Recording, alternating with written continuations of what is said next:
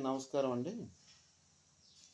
ఒక విషయం అంటే పొలిటీషియన్‌లో ఉన్నప్పుడు పొలిటికల్‌గా మనం కొన్నాటిల్లో ఆచితూచి ఆహ్, రీల్స్ తీయాల్సి ఉంటది. తర్వాత మనం పెట్టే ప్రతి స్క్రోలింగ్ కూడా ఇందులో ఎంత నిజం ఉంది, ఎంత అబద్ధం ఉన్నది అనేది తెలుసుకోవాల్సిన పరిస్థితి ఉంది.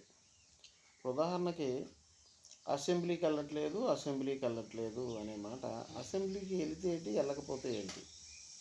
ఇందులో నష్టం ఎంత, లాభం ఎంత అనేది మన పొలిటీషియన్స్గా లేదంటే అనాలిసిస్గా తెలుసుకోవాల్సిన పరిస్థితులు ఎంతైనా ఉంది.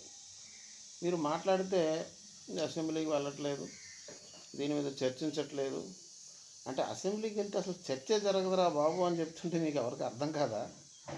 అసలు వాళ్ళు ఎటువంటి టైమింగ్ ఇవ్వరు.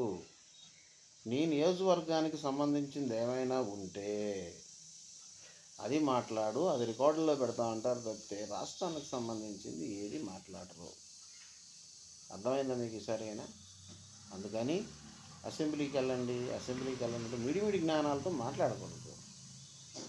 మీకు జగన్మోహన్ రెడ్డి గారు ఏదో ప్రెస్టేజ్ చూపించేద్దామనో, ఉందాగా కూర్చొని అక్కడ ఫోజు కొడదామని అడగట్లేదు ఆయన.